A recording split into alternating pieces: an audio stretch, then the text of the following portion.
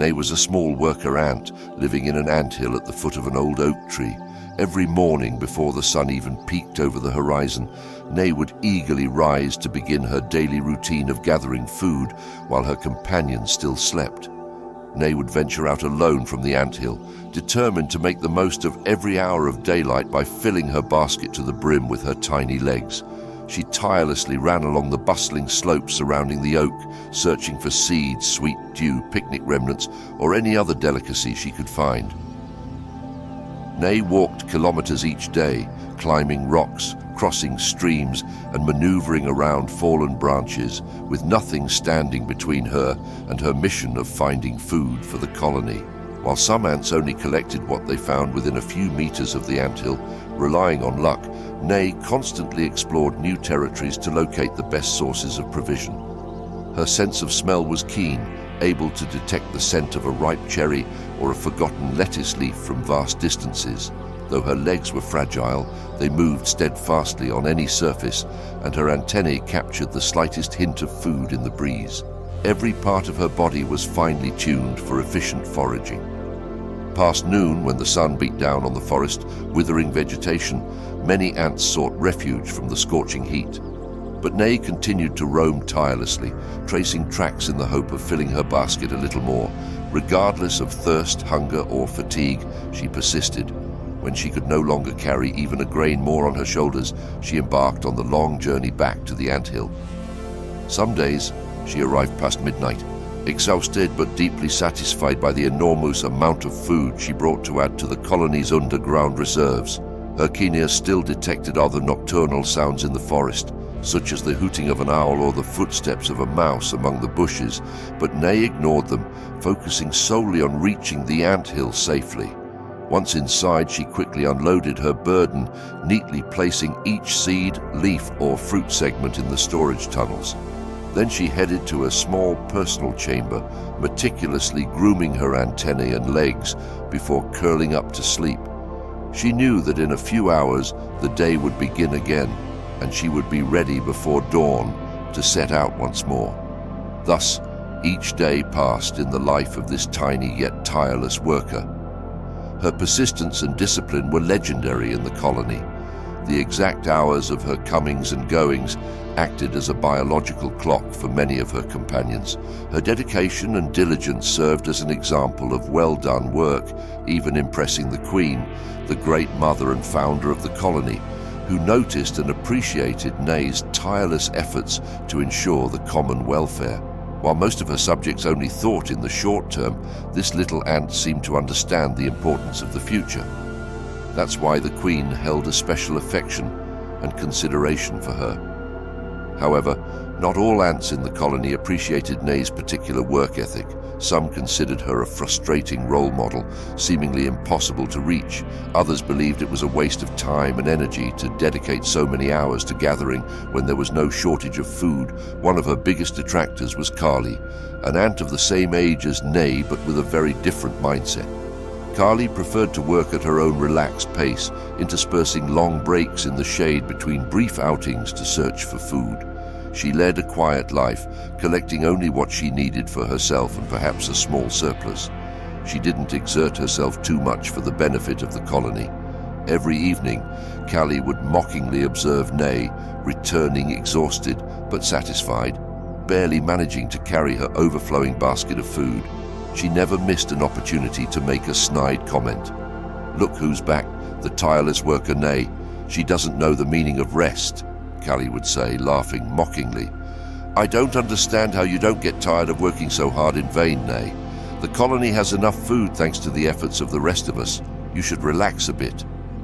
But Nay paid no heed to Callie's hurtful remarks. She responded with a friendly smile, deposited her daily haul in the storage tunnels, and retired contentedly to rest, ready to begin her work anew the next day. She understood that not everyone shared her work ethic, and that was okay. What mattered to her was to continue doing her best for the common good.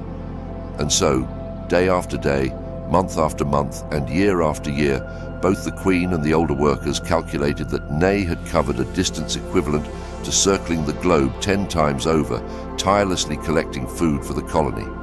Her contribution to ensuring everyone's well-being was immeasurable, but despite her silent, enormous contribution, Nay still endured the mockery of lazy ants like Callie, who never missed a chance to try to make her feel inferior or to question her tireless efforts.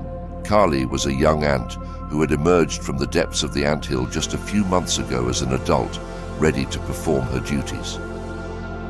While all larvae were raised under the same care and nourishment from birth, Callie demonstrated an attitude of laziness and indifference, while other larvae of her age spent hours observing the talented older workers building intricate tunnels or transporting heavy loads.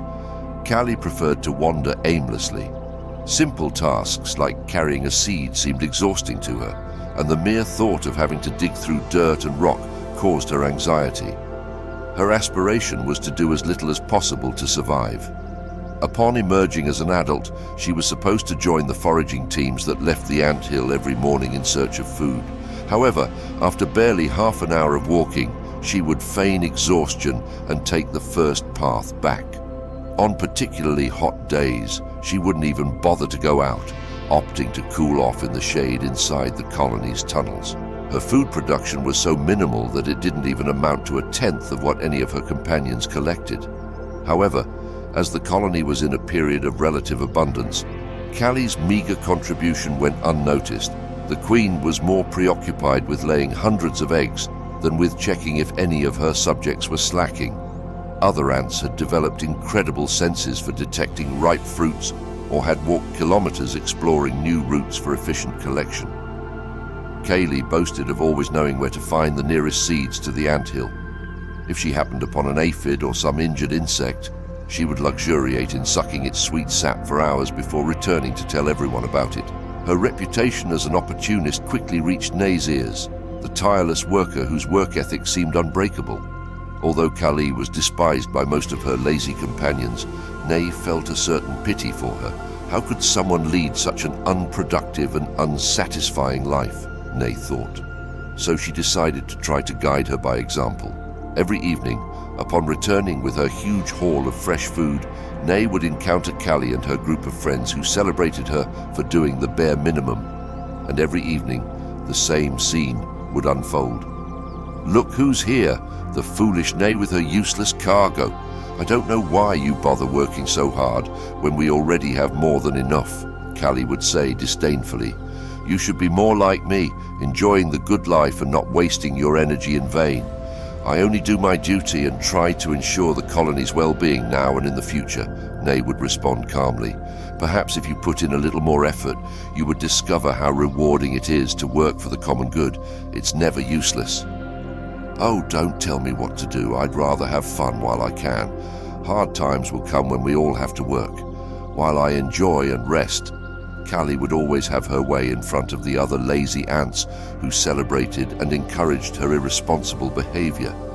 But Nay wasn't intimidated by the insults. She continued day after day, giving her utmost effort in the hope that her example would awaken the consciousness of ants like Callie. Thus, many moons passed, and Nay's patience was rewarded as she gradually observed her fellow gatherers taking note of her particular work ethic, increasing their workdays and productivity.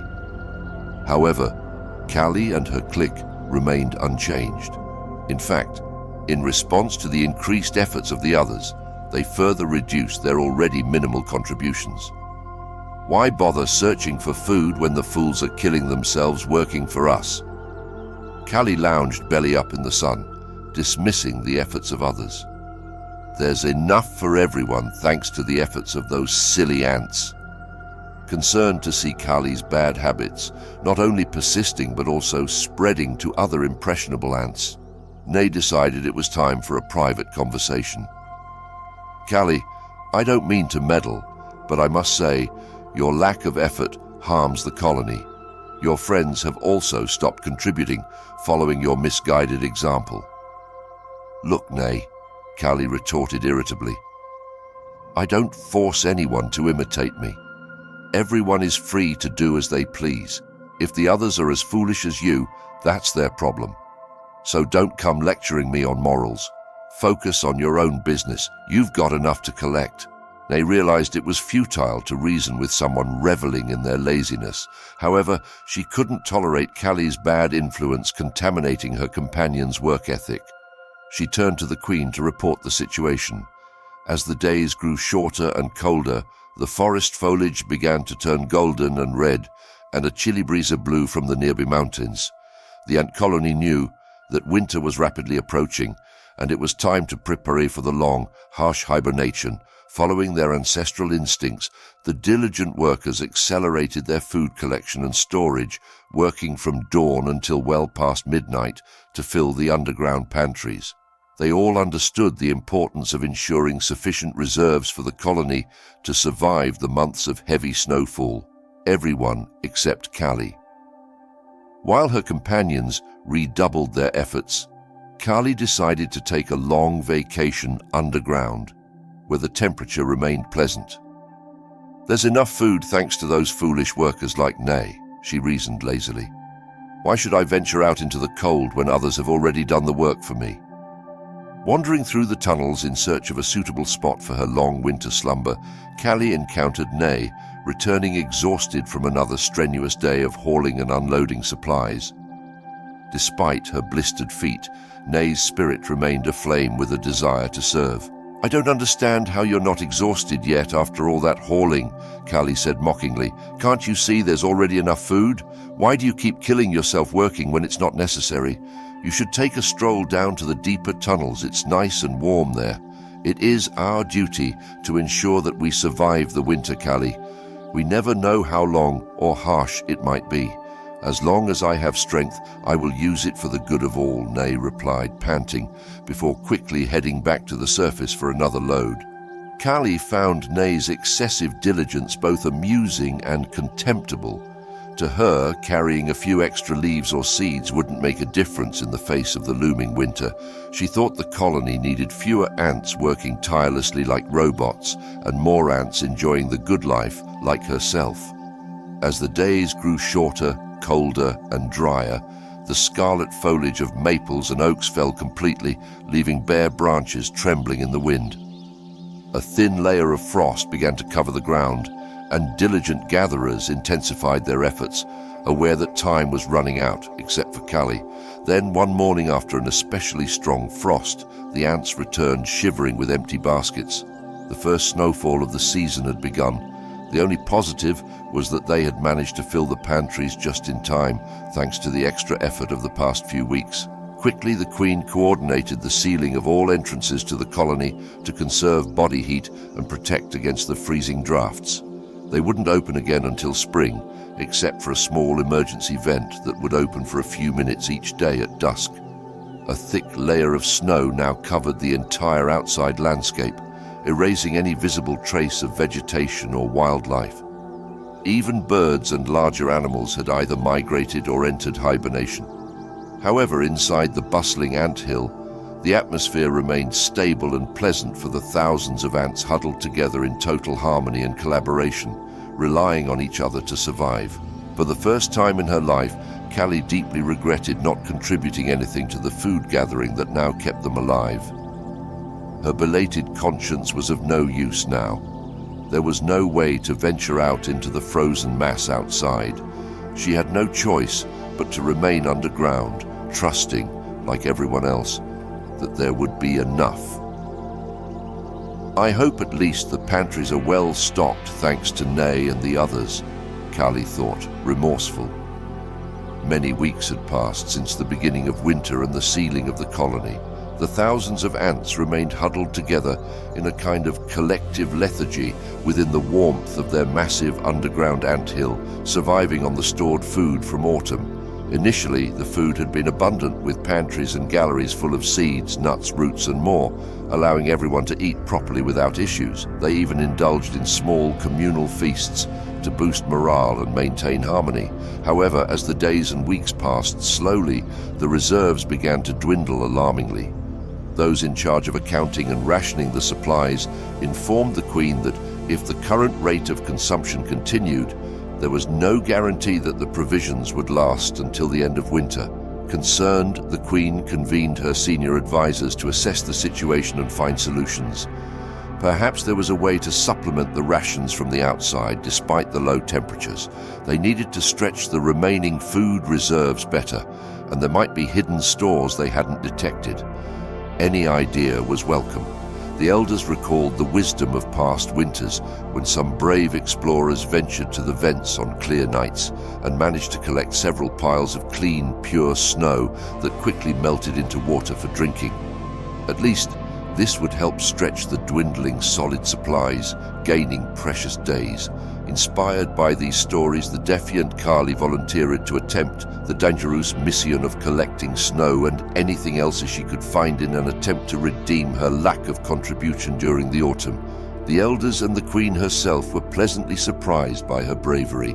Perhaps she finally understood her responsibility to the colony, though that same night the ants partially unblocked one of the vents for Kali. As soon as she surfaced, a strong gust of freezing air almost froze her completely, but her desire to make amends motivated her. Enduring the harsh cold, she trudged through the thick layer of snow, searching for where to collect. After more than an hour battling the dreadful winter weather, Kali returned sore, numb, but proud, carrying several grains of pure snow that quickly melted into water. The elders congratulated her on her bravery and initiative, assuring her that every drop was invaluable considering the situation.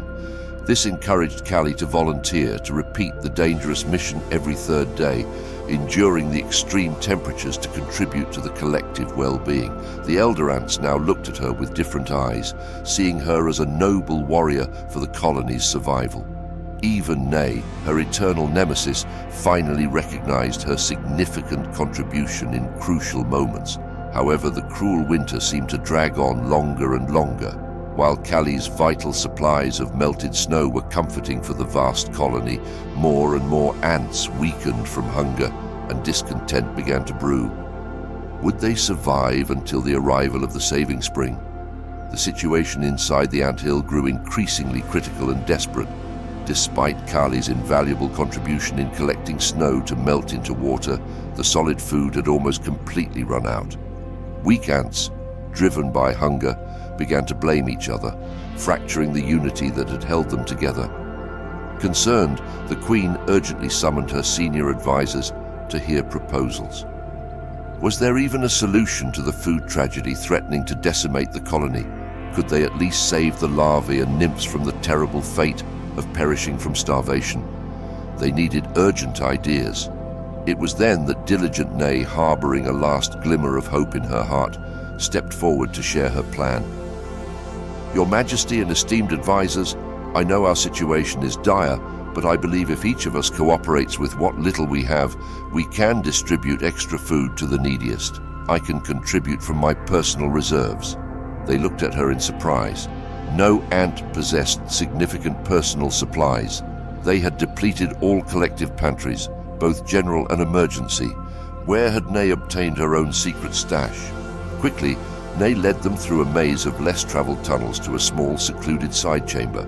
There, to everyone's amazement, she had gathered a humble but invaluable extra reserve of seeds, roots, and other foods that would allow her to sustain herself for a couple of weeks more. But Ney didn't hesitate to offer it all to the Queen for distribution. But Ney, this is yours. It's the fruit of your personal effort. You should keep it to survive yourself, the Queen said with pride. We have no right to take your food. My life lacks meaning if I fail our oath to preserve each other, Ney replied firmly. My duty is to serve my colony, especially in times of need. Please take these supplies and distribute them among the weakest, especially the young. My spirit is nourished knowing that I did my part until the end. Moved by Ney's noble sacrifice, the Queen and all present transported every last seed from her secret pantry to distribute equitably among the neediest. Even Kali, whose previous indolence had been the root of the problem, was moved to tears, helping to carry and distribute the food. Thanks to Ney's providential donation, the larvae and nymphs were able to nourish themselves enough to withstand the lingering food shortage, and the weaker elder workers regained their strength. At least to attempt a final survival strategy, that a small group had been discussing thanks to Nay's last and supreme act of generosity, who gave up until the last reserve from her secret pantry to feed the larvae and the weakest workers. A glimmer of hope was reborn in the colony. Even Callie, the indolent and mocking ant who had originally scorned Nay's diligent efforts, was deeply moved, curled up in a corner weak from hunger, but with a stirred spirit. Callie agonizingly reflected on recent events. How could she have been so blind and thoughtless? Why did it take her so long and collective suffering to understand the greatness of Nay's sacrifice and work for the greater good? Reviving in her memory all the insults she had hurled at Nay throughout the seasons, Callie couldn't help but cry with shame. She had wasted so much time and energy mocking someone who was now giving up their own life to save her and the others. How insignificant she felt in the face of Nay's spirit. Weakened, but with a burning desire to go on, Callie crawled through the tunnels searching for Nay. She finally found her grooming her antennas, preparing with fortitude for the end. Callie couldn't contain her tears and sobs. "Nay, I don't even know how to look you in the eye after insulting you so much. I was a fool who didn't value your efforts to keep us safe." "Forgive me," Callie pleaded, kneeling. "There's nothing to forgive, my dear Callie. What matters is that you now see clearly the importance of working together for the common good. That's all that matters to me," Nay replied, moved even more by Nay's greatness of spirit, who even in those extreme moments treated her with kindness. Callie stood up, determined to make her last hours of life meaningful. She gathered all the ants in extreme weakness, including Nay, to share the little body heat they had left. And when the scouts arrived to communicate the emergency plan that could save them, Callie initiated the proposal to designate the weakest ones, including the invaluable newly fed larvae, to be safely transported. Thus, the future of the colony would be preserved for generations to come, just as Nay had always wished with her vision of shared abundance. So while the rest of the healthy ants prepared to leave the anthill and face the frozen tunnel in search of the alternative winter den, Callie led the mission to keep those future queens and workers alive. Even if they didn't survive the journey, her now redeemed spirit would live on forever. The dire situation of total food shortage had forced the ants to implement one last desperate measure to save the colony, relocating to the survival cave typically used by bears and raccoons during the winter. Only by risking the frozen forest could they have a tiny chance of finding edible remnants there, like frozen winter fruits, hibernating insect larvae, or even waste left by the bears. In a solidarity effort, the younger workers used their last energies to carry on their backs the newly fed larvae, thanks to Nay's sacrifice. They also carried the adult ants, incapable of moving on their own, including Nay. The task of this loading team was to try to survive the difficult journey through the tunnel to the bear's cave. Meanwhile, another brigade of scouts had to clear the frozen entrance leading to the outside, traverse the huge amount of accumulated snow, and then follow the trail of pheromones they had been depositing during the autumn in their routine food gathering. This path would guide the group with the larvae to the hope represented by the saving cave. Riding on a night moth, they had awakened from its lethargy. The Queen's ambassador scout successfully covered the distance, ensuring access to the cave. Immediately, she sent back the brave moth to now guide the loading workers with the larvae and fragile ants through the cleared path to salvation. Extremely weakened, but grateful for the opportunity to redeem her past mistakes, Callie was one of those tasked with carrying the small larvae on her back. Numb with cold, but with her heart beating vigorously, guided by the moth, she managed to reach the cavern alive with the rest of the group. The provisions found there allowed them to nourish themselves enough to withstand the remaining weeks until the arrival of spring, when the weather improved enough to return to the original colony. The survivors' joy was immense, and hopes of restoring the colony were now high thanks to the determination of its members. By preserving the lives of their future descendants, and in the hearts of all was the indelible memory of Nay, who gave everything for the common good, becoming a legend of the colony for all generations. After many moons of facing shortages and collective hardships, the time had finally come to rebuild. The comforting spring sun rapidly melted the snow, allowing the survivors to leave the winter refuge and return home. It was time to restore the anthill. Leading the procession back along the pheromone trail previously drawn was Callie, proudly carrying on her back the future new leader.